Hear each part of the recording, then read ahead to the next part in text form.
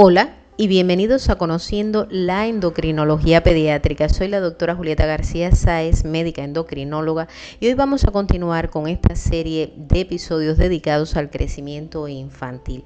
En el episodio anterior descubrimos que la hormona de crecimiento es mucho más que la hormona responsable de crecer, y hoy daremos un paso más y vamos a responder a una pregunta importante en la valoración de un niño con talla baja. ¿Cómo reconocer la deficiencia de hormona de crecimiento? Hoy vamos a hablar sobre la evaluación del crecimiento, de las pruebas que pueden realizarse, de los errores diagnósticos más frecuentes y también de un enfoque que debemos tener desde el punto de vista integral y también para conseguir un seguimiento adecuado en estos niños con una posible deficiencia de hormona de crecimiento. Entonces, la pregunta sería, ¿es solo bajito o hay algo más? Porque la talla aislada, como ya hemos visto, no basta para diagnosticar un trastorno del crecimiento. Entonces tenemos que tener en cuenta algunos aspectos importantes que ya lo hemos ido mencionando a lo largo de estas series dedicadas al crecimiento infantil. O sea, ¿cuál es la talla en relación a su edad y al sexo? También, ¿cuál ha sido la velocidad de crecimiento? Lo volvemos a mencionar como un elemento súper importante para la valoración del niño con baja talla. ¿Cuál es la talla diana familiar? O sea, ¿cuál es el potencial genético que tiene este niño para crecer? ¿Cómo está su edad ósea, o sea, la edad biológica? Y también en qué contexto clínico aparece esta baja talla. Teniendo en cuenta todos estos aspectos es que podemos enfocar la posibilidad de un diagnóstico para este infante. En primer lugar, la deficiencia de hormona de crecimiento es una condición médica caracterizada por la ausencia total o parcial de la AGH en el plasma.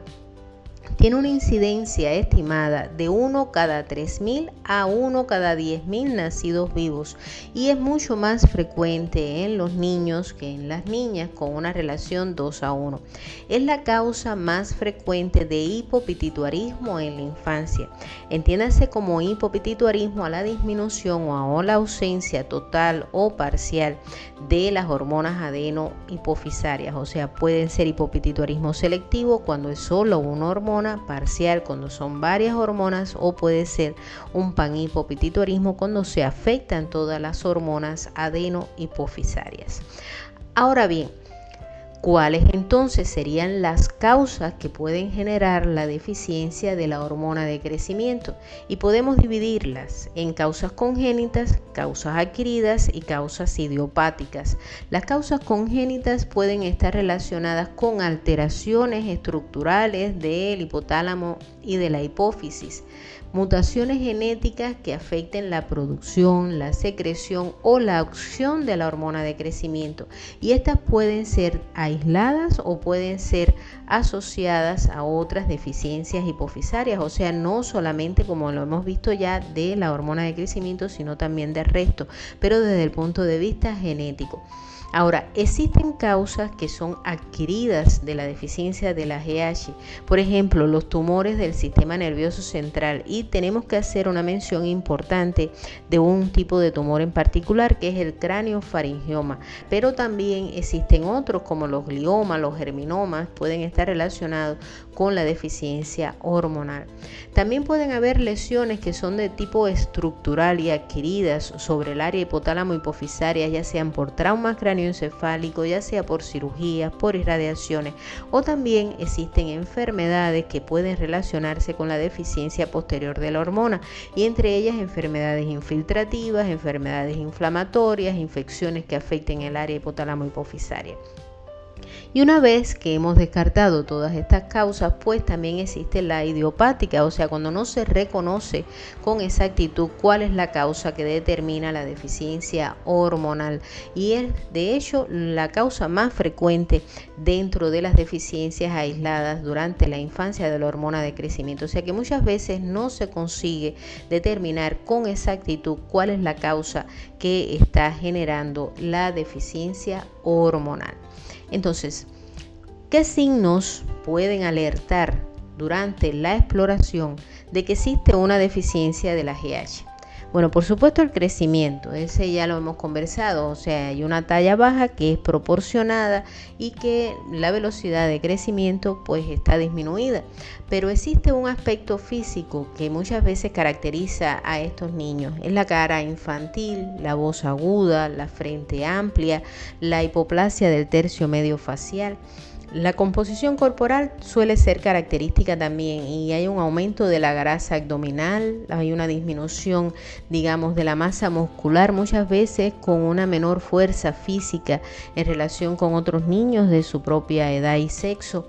En cuanto a la maduración, la edad ósea suele estar retrasada y también puede haber un retraso puberal si no recibe tratamiento, por supuesto. Ahora, en el caso de que sea congénita, hay algo que no podemos olvidar jamás, y ese niño que nace con un defecto de línea media, pues también puede tener una deficiencia de hormona de crecimiento y de otras hormonas adenohipofisarias. Eso no lo olviden, por favor. Ese niño que nace, digamos, con un paladar hendido o un labio leporino puede estar relacionado con deficiencias de la hipófisis. Recuerden que la hipófisis está justamente en línea media. Existen algunas otras alteraciones en la etapa neonatal, como son las hipoglucemias, como la ictericia prolongada, que pueden estar relacionados con la posibilidad de que exista un defecto de la hormona de crecimiento a nivel hipofisario o de otras hormonas. Y tenemos que buscar además otras alteraciones o signos que sugieran la posibilidad de otros defectos hipofisarios, o sea, de la producción de otras hormonas por la adenohipófisis o también otras alteraciones relacionadas con la hipófisis en general. O sea, recordemos aquí de la diabetes insípida como otra de las alteraciones, o sea, ya aquí estaría alterada también la neurohipófisis. Entonces, ¿cómo diagnosticarla? O sea, digamos que el diagnóstico de la deficiencia de hormona de crecimiento incluye varios aspectos. La evaluación clínica, que es la que hemos estado comentando hasta el momento, los estudios bioquímicos, las pruebas de estímulos de hormona de crecimiento y otros estudios complementarios. La evaluación clínica eosológica es la que hemos mencionado hasta el momento, o sea, una buena historia clínica, una buena exploración, un buen interrogatorio, ver cómo están las mensuraciones, o sea, la talla, también la velocidad del crecimiento, y vamos a realizar algunos estudios desde el punto de vista bioquímico. Se solicitan inicialmente la IGF-1 y también la IGF-BP3 porque estos marcadores son mucho más estables que la GH y ayudan a valorar la actividad del eje GH-IGF-1. Ahora, existen también pruebas de estímulo de GH y dentro de ellas están las de estímulo fisiológico y de estímulo farmacológico. El estímulo fisiológico con el sueño o con el ejercicio y también las farmacológicas como es la utilización de la clonidina, la arginina, el glucagón, la insulina. El test de insulina para la obtención de los valores de hormona de crecimiento es la prueba de oro en el estudio de la hormona de crecimiento y es porque la insulina es capaz de provocar hipoglucemia y recuerden ustedes que la hormona de crecimiento es una hormona contrarreguladora que se va a liberar en condiciones de hipoglucemia y es lo que se busca.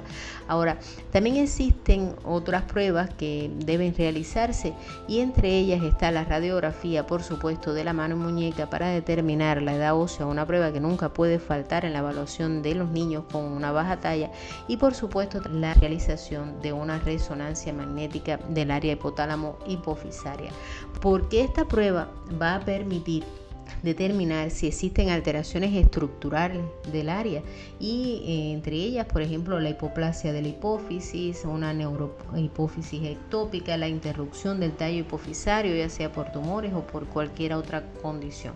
Y hay otra prueba que no podemos olvidar, que son los estudios genéticos y en los niños con antecedentes familiares de baja talla, con malformaciones asociadas o sospecha de una causa genética, el estudio molecular se impone y esto permite identificar variantes patogénicas en genes implicados en el desarrollo y en el funcionamiento del eje hipotálamo-hipófisis GH.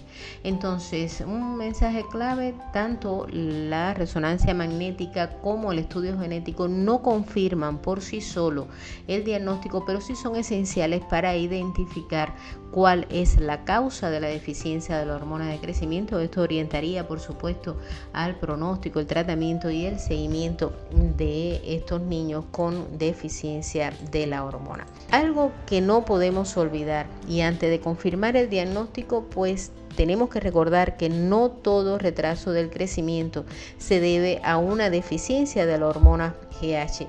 Por lo tanto, es importante descartar otras causas frecuentes de talla baja como es el hipotiroidismo, la enfermedad celíaca, la malnutrición, los tratamientos prolongados con corticoides, la presencia de enfermedades crónicas sistémicas, el síndrome de Turner o de otros trastornos genéticos que pueden coexistir junto con deficiencia de hormona de crecimiento, pero que es indispensable diagnosticarlo.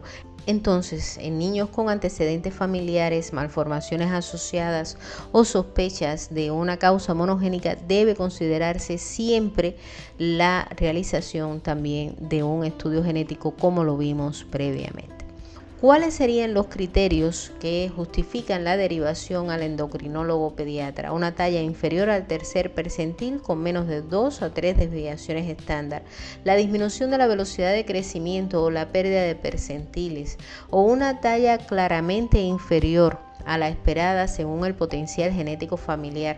También aquellos niños pequeños para la edad gestacional que no tengan un crecimiento recuperador postnatal y la sospecha de enfermedades endocrinas, genéticas o sistémicas en niños con una baja talla.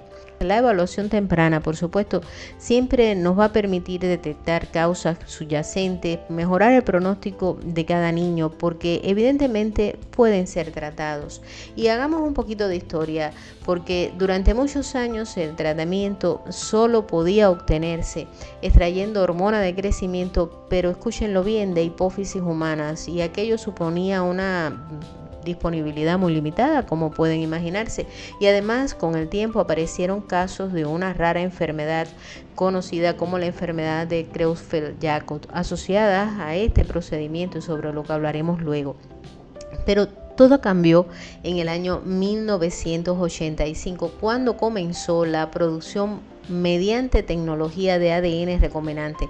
Desde entonces disponemos de una hormona idéntica a la humana, mucho más segura y ampliamente disponible, y este avance revolucionó el tratamiento de miles de niños con trastorno del crecimiento, y es precisamente de lo que vamos a conversar en el próximo episodio, porque vamos a hablar de las indicaciones aprobadas, de la eficacia del tratamiento, de cómo utilizar la hormona en particular, cómo seguir a los niños que la usan, cuáles pueden ser los posibles efectos adversos, y demostraremos también algunos de los mitos más frecuentes sobre esta terapia. Entonces, si este episodio te ha resultado útil, pues compártelo. De esa manera otros profesionales de la salud y otras familias podrán beneficiarse de la información que hemos ofrecido hasta el momento. Te espero en el próximo episodio de Conociendo la Endocrinología Pediátrica. Gracias, muchas gracias por acompañarme.